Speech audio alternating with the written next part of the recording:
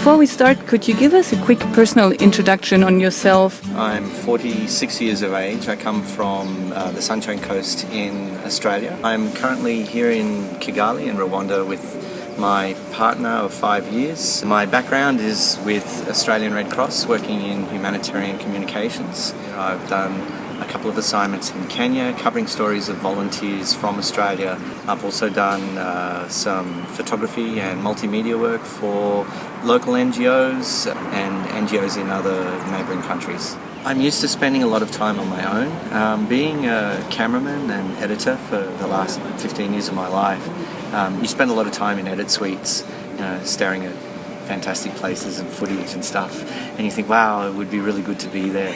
I go out with my camera, I take lots of photos. I love meeting people, I love hearing their stories, and also using those stories and sharing those stories with people so that it benefits them.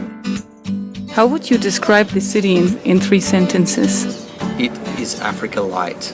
If you've never been to Africa before and you would like to come to Africa, but you've seen and heard all of the terrible stories and horrible things that happen to people, this would be the country to come to.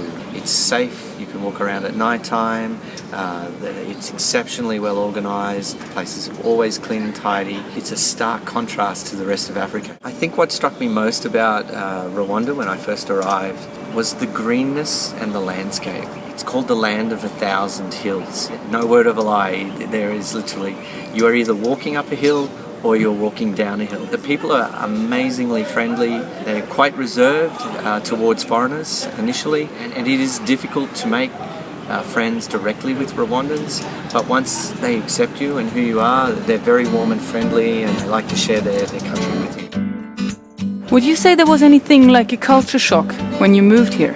For me, it wasn't so much a culture shock. My partner is from Ethiopia, and I've travelled in Africa, so I'm familiar with African culture. There's nothing major that stands out. It's just the nuances in different cultures that make everything seem very different. Things that we take for granted in Australia, like the electricity being on all of the time, or the water being on all of the time, that doesn't happen here. You learn to plan your life a little bit differently, and you learn to do things in the moment. If you're counting on having that hot shower tomorrow morning, there may not be water in the morning, so have one now and be prepared, and then if you want, you can take advantage of it if it's there. I think a lot of Australians, particularly country Australians, would have very little problems with just going and adapting. You have to think about how much water am I using when I have a shower, and all of the basic things that a lot of city folk in Australia take for granted as well. So there are not bitumen roads everywhere that you can drive, and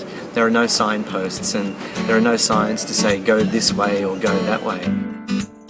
What are the top 3 things that you like least and the top 3 that you like best about living here?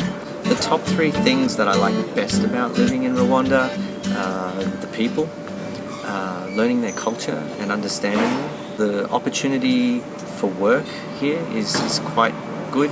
There's quite a scope for humanitarian work here, and also the actual opportunities for business here are amazing. The environment, the climate is good. It's a perfect 21 to 25 degrees all year round. What I dislike about Kigali, there are lack of public spaces. There are no parks that you can go and walk through. There's nowhere to sit down and have a picnic. For people who haven't travelled in Africa before, the amount of security here can be quite confronting. There are a lot of police, there are a lot of military. Having to go through security every time you go in and out of a hotel or in and out of a shopping centre. Any moments when you miss home? One thing I do miss about home, that's the food. You have a selection of 5 different kinds of starch. In one meal you'll have potatoes, sweet potato, rice, beans, and cassava, or ijitoki, which is a cooked banana, which is no sweetness in it at all. It's a landlocked country, so there's no seafood at all. Most of the chickens here have run a marathon, so they're very tough and sinewy. Fruit and vegetable are amazing. Tomatoes, best tasting tomatoes I've ever had in the world. It's this huge under-shed open-air market, and you can get pineapples, pawpaws, passion fruit, mangoes, bananas, everything you can think of, and it has the most amazing flavour. Watch the entire interview on What's It Like TV. Our interviewee shares personal experience about all aspects of living abroad. For example, what's it like to integrate and make friends? What's it like at work and in business? What's it like to live in the city? What's it like to bring a partner and kids?